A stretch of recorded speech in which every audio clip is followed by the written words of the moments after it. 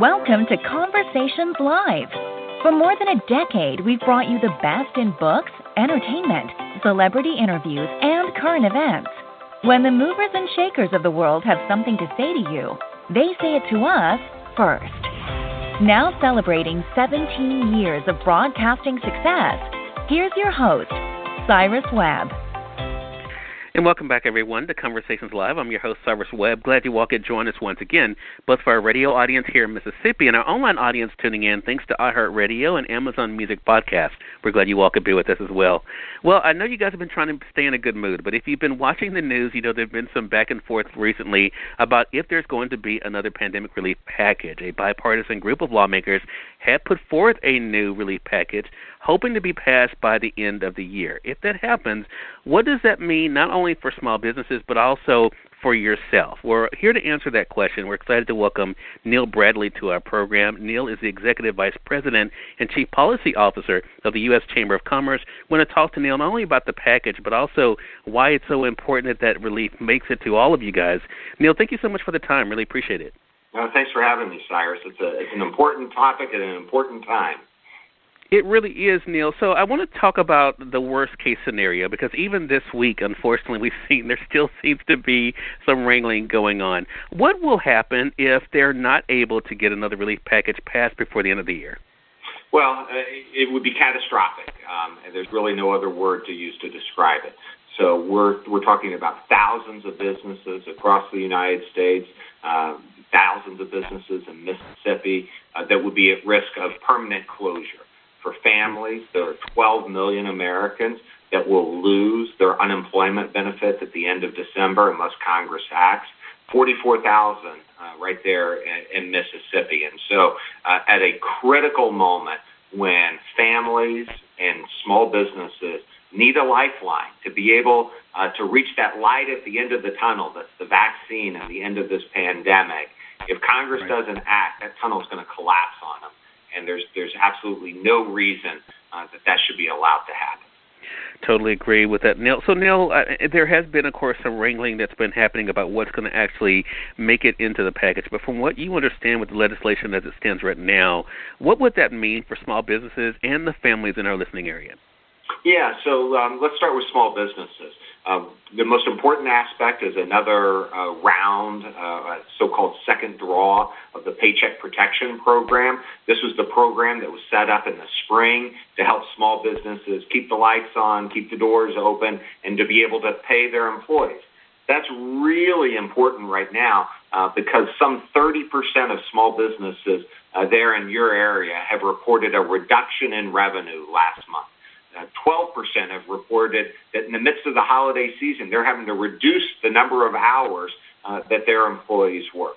For families, for those who unfortunately are unemployed and need unemployment assistance, it means that unemployment assistance will continue. And in fact, there's likely to be a small increase in those weekly unemployment checks. In addition, the discussions today are centering around another stimulus check for families. Another $600 to $1,200 that families would receive, and frankly, a time in which many families really could use it. Right, so true. Now, when it was first announced, there was some skepticism by some, Neil, about there being any, for one thing, bipartisanship when it comes to passing something like this. But when the group came together, it was something that people thought could be something that's positive. Why is it important, though, that if there is some legislation that is passed, and we hope that it is before the end of this year, that it is something that is bipartisan and that is shown to be kind of covering for everyone? Yeah, very simply, if it's not bipartisan, it's not going to become law. You know, Republicans control the Senate, and of course, Donald Trump's the president, but Democrats control the House of Representatives. And so both sides have to compromise to get this done. You know, for too long in Washington, compromise has been viewed as a four-letter word. It's not a four-letter word. Failure might be a four-letter word, and I'll tell you there's going to be a lot of people, a lot of small business owners, a lot of families using four-letter words if Congress fails to get this done. And so there's just no way forward if it's not through bipartisan compromise. That's why this breakthrough with this group of senators and House members last week was absolutely so critically important. and we hope that it is able to be able to get something that is able to pass and that can be able to reach our audience before the end of this year. A couple more questions I have for you, Neil. I mean, one of the things we've seen is that people have been vocal. One of the things that used to really, I think, get to lawmakers is hearing from their constituents. Is that something that you think that could kind of push for action when it comes to this bill? Absolutely. Lawmakers need to hear from their constituents. In fact, we would encourage everyone who's listening today to go to uschamber.com. That's uschamber.com. You can learn more about the bill that we're talking about, but we also have a very easy way for you to send a message to your 2 senators, to your member of Congress, demanding that they get the job done, that they get this bill enacted before they break for the end of the year. There should be no reason that lawmakers go home without getting this job done. So make your voice heard. Go to uschamber.com and let them know how you feel. That is so simple for them. Again, uschamber.com. We've been glad to be able to speak with Neil Bradley today, again, the Executive Vice President and Chief Policy Officer for the U.S. Chamber of Commerce.